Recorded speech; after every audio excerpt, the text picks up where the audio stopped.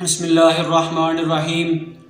دوستو اس ویڈیو کے اندر ہم آپ کو بتائیں گے ایمان کی ایک اہم علامت۔ دوستو بخاری شریف کی حدیث ہے کتاب الایمان کی۔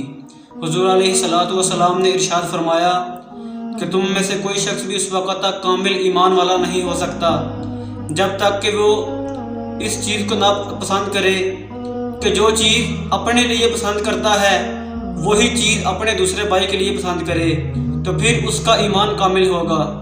دوستو آج کل ہمارا کلچر کیا بن چکا ہے کہ ہم سوچتے ہیں کہ اب یہ چیز خراب ہو چکی ہے، اس کی مدت ختم ہو چکی ہے، یہ بیکار ہے، تو ہم کہتے ہیں کہ کسی کو دے دو، کسی فقیر کو دے دو یا کسی کو تحفۃً دے دو۔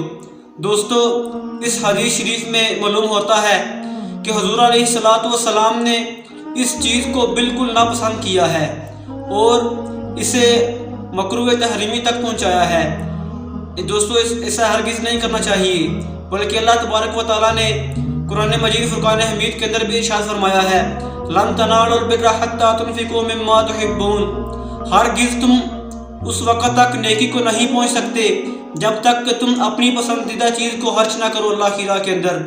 تو دوستو ہمیں اس آیت قرآن سے اور حدیث نبوی سے یہ معلوم ہوتا ہے کہ ہم جو کچھ اپنے لیے پسند کرتے ہیں وہی اپنے دوسرے مسلمان بھائی کے لیے پسند کریں، اور ایسی چیز کو ہی دوسرے کو تحفہ دینا چاہیے یا کوئی گفٹ وغیرہ دینا چاہیے جو ہمارے دل کو چیز اچھی لگے۔